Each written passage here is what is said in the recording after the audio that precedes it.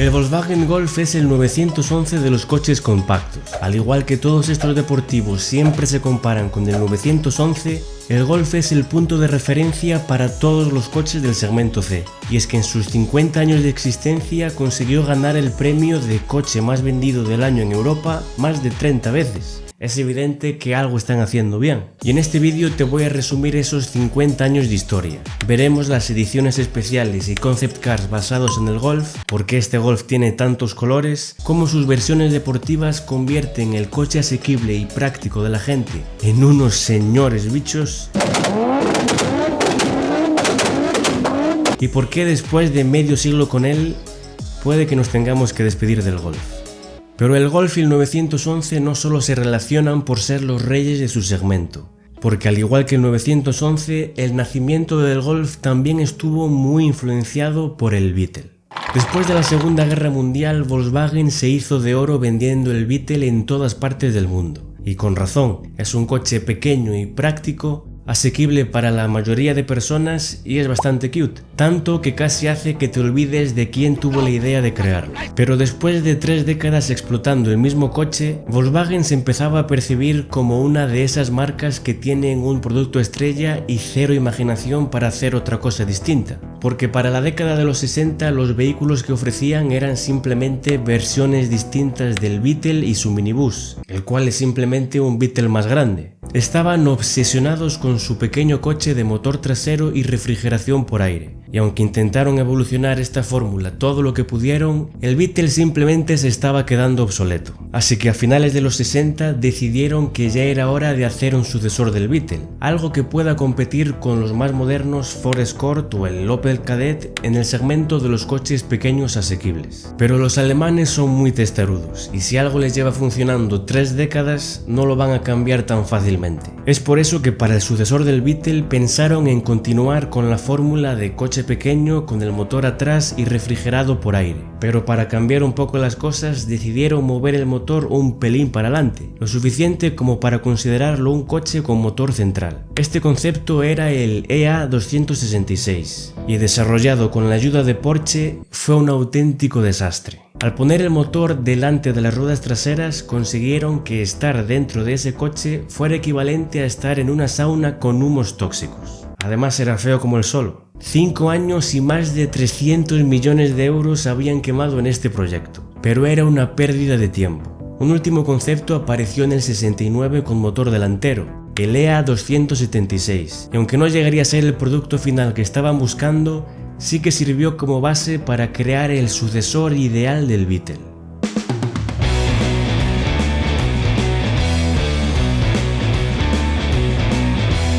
En marzo de 1974 comenzó la producción de la primera generación del Volkswagen Golf, y como varios otros modelos de la marca, el nombre de Golf está relacionado con los vientos. Para este coche al parecer se inspiraron en la palabra alemana para la corriente del Golfo, Golfstrom. El hombre que diseñó a este pequeño huracán fue Giorgetto Giugiaro, quien diseñaría más adelante el BMW M1 y más adelante el DeLorean. El Golf era un opuesto del Beetle. Tenía un motor refrigerado por agua en la parte delantera del coche moviendo las ruedas delanteras. Un motor desarrollado por Audi que inicialmente sacaba entre 50 y 70 caballos. El Golf era la solución perfecta para quien buscaba un coche pequeño, práctico y asequible. Por eso pudo venderse con facilidad. Pero para acelerar aún más las ventas, al equipo de marketing de Volkswagen se le ocurrió mandar a 5 hombres y 2 Golfs a Alaska con la misión de llevar esos 2 pequeños coches a la otra punta del continente, en Tierra del Fuego. Y después de 3 meses, 30.000 kilómetros y algunas piezas de repuesto, consiguieron completar esa misión. Tela. Esto obviamente ayudó a darle una buena imagen de fiabilidad y dureza a este coche, pero lo que de verdad empezó a cultivar el gusto por el Golf fue el GTI. 2 años después del nacimiento del Golf apareció su versión más emocionante. Con sus más de 100 caballos, el Golf GTI consiguió que la excitación de conducir un coche deportivo fuera accesible para la mayoría de las personas. Obviamente no es un 911, pero pesando más o menos lo mismo que la versión base, tenía el doble de potencia. 100 caballos en un pequeño compacto como ese eran más que suficientes para empezar a medir bien a qué velocidad entras en las curvas. Y en el 85 incluso se hizo una versión especial de 136 caballos. O sea, rendimiento estratosférico. Con este GTI también empezó una tradición muy interesante relacionada con el diseño interior de los Golf, los asientos con la tapicería a cuadros. La diseñadora encargada del interior del GTI quería que este tuviera un estilo tan elegante como deportivo. El color negro le aportaba la elegancia al coche, y esas líneas de color inspiradas en un tipo de tela británica eran la guinda perfecta para darle un toque deportivo. Decir que el primer Golf redefinió el segmento de los compactos es quedarse corto, porque a los pocos años de salir al mercado, otras marcas empezaron a copiar la fórmula del Golf para sus compactos. Ahora tanto el Ford Escort como el Opel Kadett montaban tracción delantera y un diseño parecido al Golf, solo que más espacioso. Por eso, para la siguiente generación, al Golf le empezaron a dar más petit suites.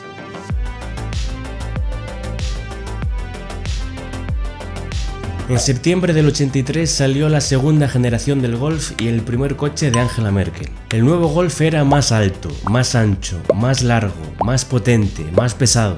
Estaba empezando a convertirse en un compacto como los actuales. Al GTI le pusieron un doble árbol de levas con el que llegó a sacar hasta 137 caballos de un motor de 1,8 litros, lo suficientes como para pasar los 220 km por hora de velocidad punta, que se dicen pronto. A esta generación no le faltaron ediciones especiales, y por alguna razón se empeñaron en hacer unas cuantas con tracción total.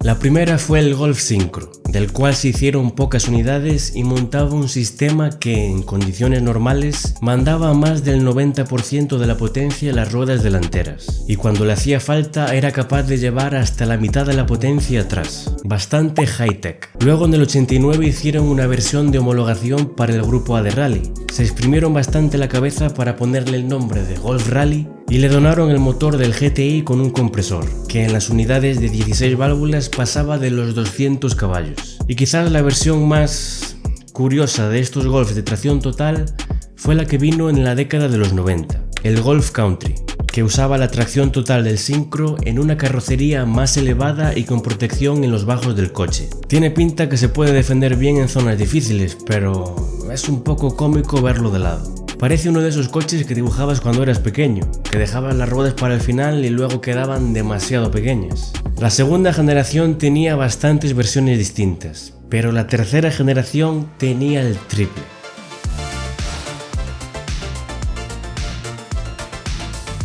En agosto del 91 salió a las calles el Golf más bonito de todos. A mí este diseño noventero me encanta, pero además esta generación es una muy especial. Fue aquí donde el Golf empezó a montar los famosos motores TDI, y ahí fue realmente donde empezó la dinastía del calamar.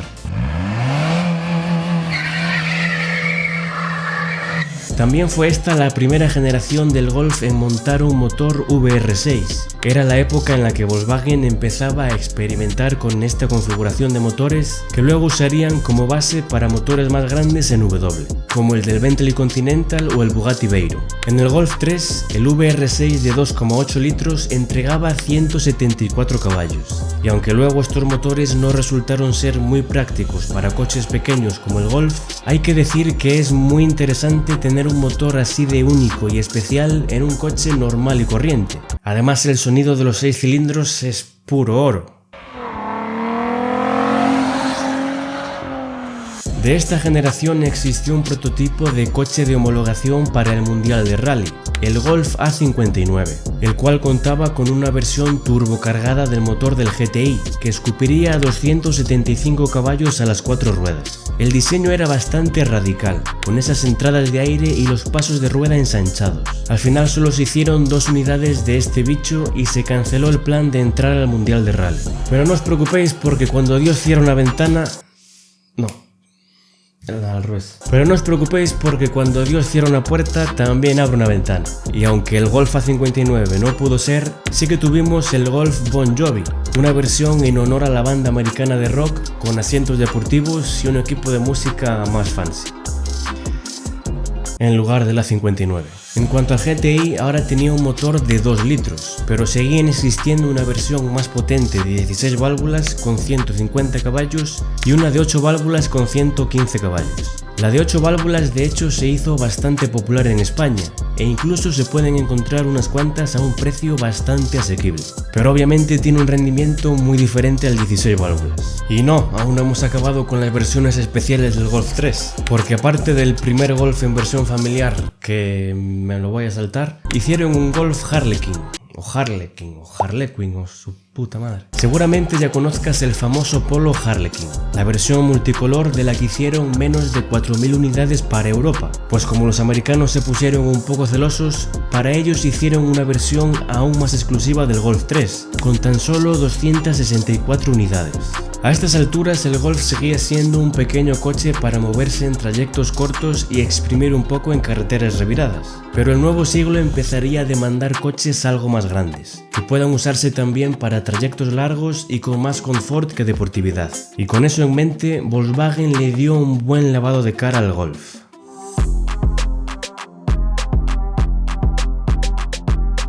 En octubre del 97 apareció el Golf que entra más en la definición actual de un coche compacto, la cuarta generación, que se montó sobre la misma plataforma que el Audi A3 y que luego se usaría para el Seat León. Este Golf ya empezaba a apostar más por la calidad y el lujo entre comillas que sus predecesores. Ahora, la chicha de esta generación fue el 1009 TDI, el famoso 1009 que en el Golf sacaba desde 100 hasta 150 caballos y que podía aguantar millones de kilómetros sin un cambio de aceite. True story. La verdad es que esta generación tuvo unos cuantos motores interesantes. El GTI montaba el 1.8 de 20 válvulas, 5 por cilindro. Este es un señor motor al que se le pueden exprimir pila de caballos. Por eso fue bastante decepcionante que en el GTI solo sacaba 150 caballos, los mismos que en un 1009 TDI. Luego en el 2001 sí que hicieron una versión especial para celebrar el 25 aniversario del GTI, sacando 180 caballos del mismo motor. Cosa que tendrían que haber hecho desde el principio.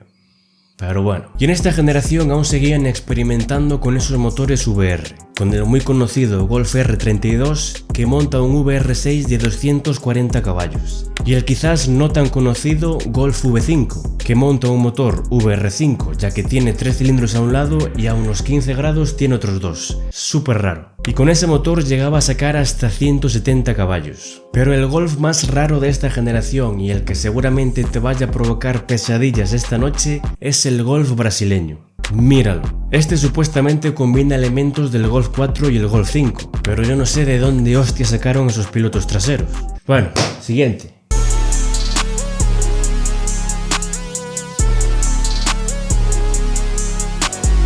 En octubre del 2003 debutó la quinta generación del Golfstrom, el cual ya no estaba tan alejada de otros rivales del segmento, ya que otros modelos del grupo Bach, como el León o el A3, demostraron que podían darle bastante guerra al Golf usando su propio ADN. Aquí comenzaron a aparecer los TDI de 2 litros y el cambio automático DSG, el cual ya empezaba a subir bastante el nivel de los GTI. Ahora el GTI ya tenía un rendimiento competitivo desde el primer día, con un TFSI de 2 litros y 200 caballos.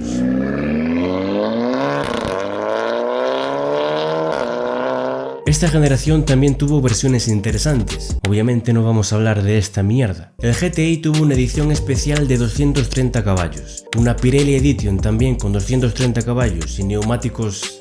adivina, una Fahrenheit Edition que simplemente era naranja, y tuvieron la valentía de hacer un concept car funcional, es decir, que se podía conducir de un Golf con el motor de un Bentley Continental, un W12 de 6 litros y 650 caballos. Era una auténtica locura. Tenía el motor en los asientos traseros, los frenos delanteros de un RS4, el eje y los frenos traseros de un Gallardo. Y he dicho ya que tiene 650 caballos. Hicieron una única unidad y tardaron solo 8 semanas en hacerlo. La completa definición de ataúd con ruedas. Esta generación les dio sus frutos, así que decidieron que para la siguiente no iban a reinventar la rueda.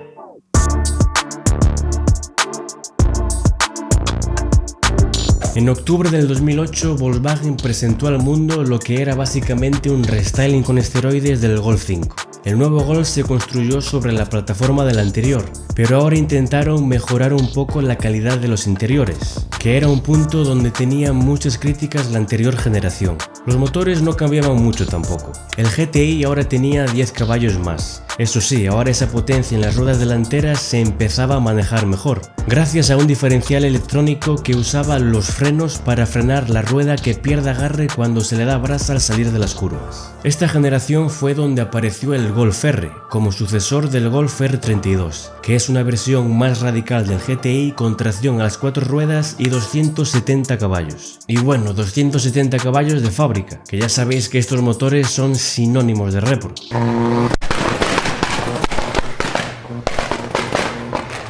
En cuanto a los TDI, hay que decir que esta generación tiene unos motores diésel con buen rendimiento y muy bajas emisiones. La versión diésel del GTI te daba 170 caballos de manera económica y era respetuoso con el medio ambiente.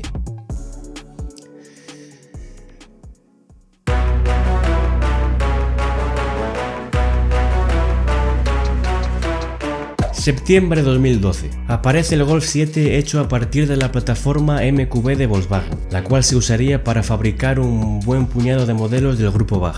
Y con el León Cupra exprimiendo esta plataforma hasta los 280 caballos con un precio similar, y el S3 sacando 300 con acabados más premium, el Golf tenía que ponerse las pilas. El GTI tenía una moderada potencia de 217 caballos, pero para no dejar duda de quién sigue siendo el rey de los compactos, hicieron una versión especial llamada GTI Club Sport S, la cual tenía una suspensión más preparada para circuito, mejores frenos y un turbo algo más grande para llevar el motor a los 306 caballos. Todas estas chuches hicieron que el GTI Club Sport S se convirtiera en el coche de tracción delantera más rápido en Nürburgring. Obviamente el más bicho seguía siendo el Golf R con esa tracción total.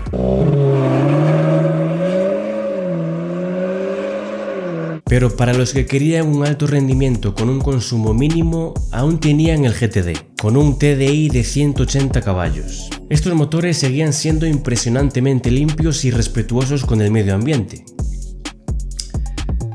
cuando estaban siendo analizados por emisiones. En condiciones normales, la dinastía del calamar no se había ido a ningún lado.